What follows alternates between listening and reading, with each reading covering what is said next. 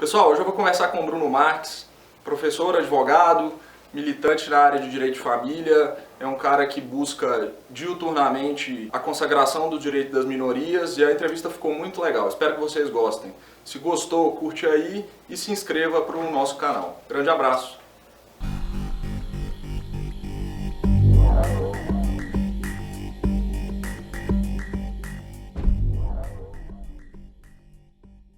Bruno, todo mundo que vem aqui, como tradição, tem que falar um pouquinho da vida profissional. Eu sei porque sou seu amigo particular e sei que você começou no direito, começou na letras, como que é essa história? Na verdade, as duas coisas andaram bastante associadas. Eu, quando, ainda no período do ensino médio, eu tive uma certa dúvida em relação ao que eu realmente queria fazer. E, de fato, sempre tive uma intenção de fazer o curso de Direito, mas eu sempre tive muito gosto pelas línguas e também pela questão da sala de aula. Então eu acabei resolvendo associar as duas coisas e cursar as duas faculdades. Então, eu tive a oportunidade, à época ainda isso era possível, de fazer os dois cursos na Universidade Federal e aí concluí primeiramente o curso de Direito e depois, um pouco tempo depois, eu concluí também o curso de Letras. Eu sei que na militância, na advocacia, e também na docência, na área científica, eu sei que você optou por direito de família. Isso foi por vocação, foi por escolha? Como que o direito de família aconteceu na sua vida? Então, Heitor, é uma coisa engraçada. Eu costumo dizer que na verdade, eu sou um produto do direito de família, porque eu tenho pais divorciados e, embora a relação dos dois sempre tenha sido uma relação bastante amistosa, isso, de alguma maneira, gerou uma influência, na minha formação, enfim. Mas eu acho que, na verdade, foi mais pelo contato que eu tive com o direito de família através dos estágios profissionais e em razão das pesquisas que eu desenvolvia na época de faculdade, tive um contato com dois excelentes professores na faculdade que trabalhavam com o direito das famílias e das sucessões. Eu acho que isso, juntando essa aptidão com esse acesso a esse tipo de informação, esse tipo de pesquisa, levaram a me dedicar mais especificamente a essas áreas. Eu sei que você teve uma experiência muito engraçada. A gente fala sempre que o brasileiro tem esse complexo de vira-lata, de falar do ensino superior no Brasil, que o ensino é fraco e aquilo tudo mais.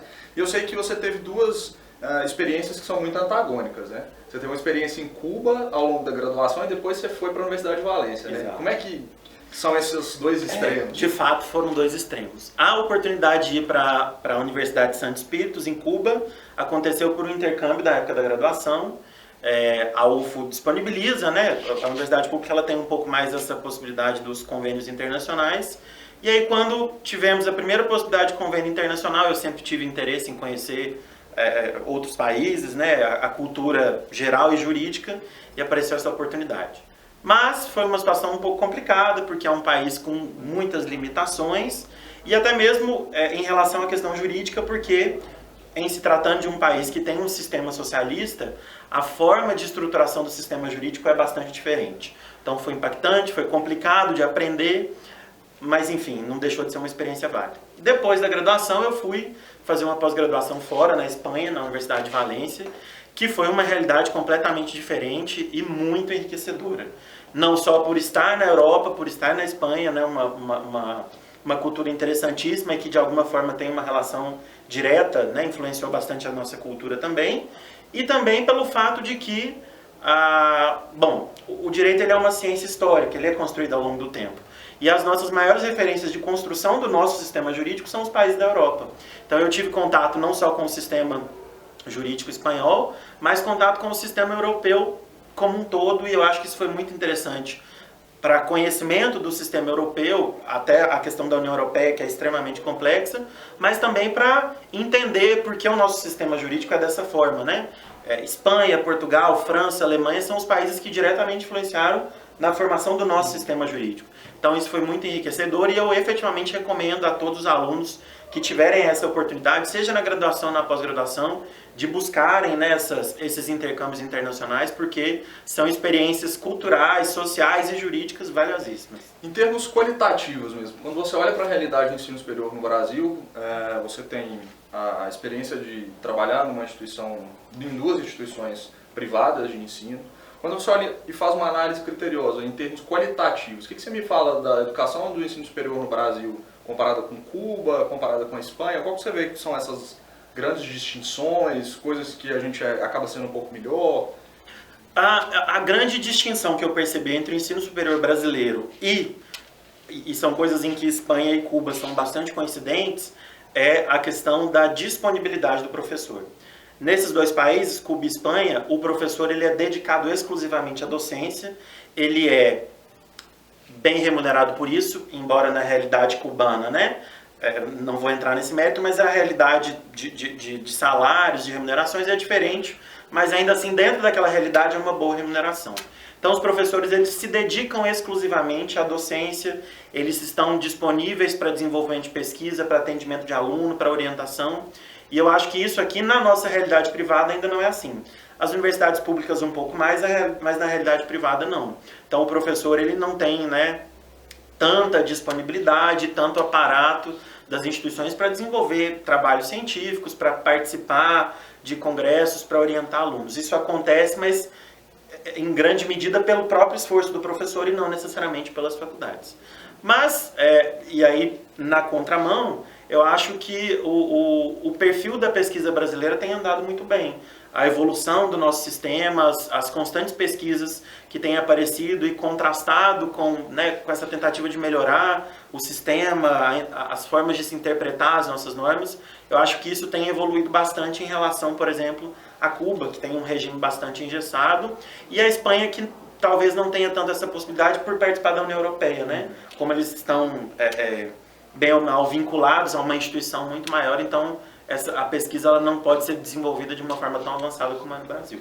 Você é reconhecidamente um cara que na militância busca proteger os direitos das minorias. Isso fica bem representado na sua dissertação de mestrado, que fala sobre o direito dos amantes. E eu sei também que você exerce um papel muito legal em uma organização não governamental. Sim. Como que funciona? Qual é a ONG? Como que funciona o seu trabalho lá? Quais são as dificuldades que vocês têm lá? Essa história começou... interessante você falar disso, porque esse ano eu completo exatamente 10 anos de ONG. Eu comecei em 2006 como estagiário. Foi uma situação até engraçada. Na época eu fiz uma prova de estágio para o estado de Minas Gerais, para ser estagiário do estado de Minas Gerais. Passei na prova e eles me indicaram, eles me direcionaram para essa ONG que eu trabalho até hoje, que é o Grupo Chama, aqui em Uberlândia, que é uma organização voltada para a proteção de duas minorias relacionadas aos direitos humanos, que é o público LGBT e o público que nós chamamos de vivendo e convivendo com HIV/AIDS, que são pessoas, então, portadoras do vírus ou que já desenvolveram a doença. E dentro desses dois âmbitos, público LGBT e público HIV/AIDS, nós temos aí uma série de situações de discriminação, de preconceito e de negativas de acesso a direitos que qualquer outro cidadão tem. Então, nós temos aí questões familiares, questões previdenciárias, questões trabalhistas, questões criminais, das mais diversas temáticas dentro desses ramos que a gente trabalha.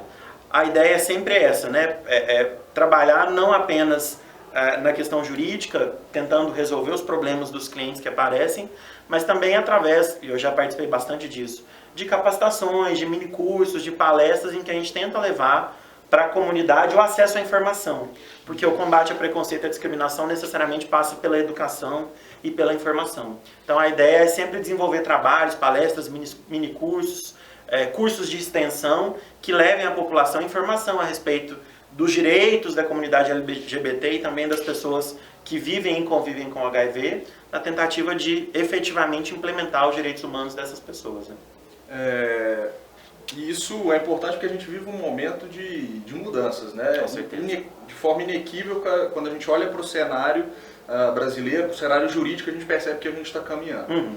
Para poder finalizar nosso papo, eu queria que você deixasse uma mensagem para o pessoal que está nos vendo, para poder falar um pouco dessas dificuldades, para poder falar um pouco dessa parcimônia que é necessária para o brasileiro no momento de mudança e dessa necessidade de conhecimento das minorias. Claro.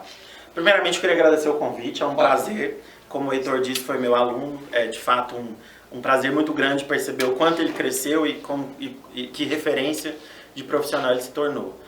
E no mais, senhores, a escolha pelo direito é necessariamente uma escolha para a vida toda. Uma escolha de estudos, uma escolha de dedicação, uma escolha que você carrega para a vida inteira, uma profissão que de fato vai te exigir, vai exigir o máximo de si por todo o tempo. O Brasil, obviamente, tem enfrentado alguns problemas, mas eu acredito que são problemas que serão solucionados com base no Estado Democrático de Direito, né, nas mais variadas instituições que a gente tem para resguardar tudo isso. E eu acredito que a ciência jurídica vai caminhar junto com isso, o STF vai, de fato, estabelecer o seu papel como um agente muito importante dessas mudanças, dessas transformações, das consolidações dessas garantias que vêm ao longo do tempo.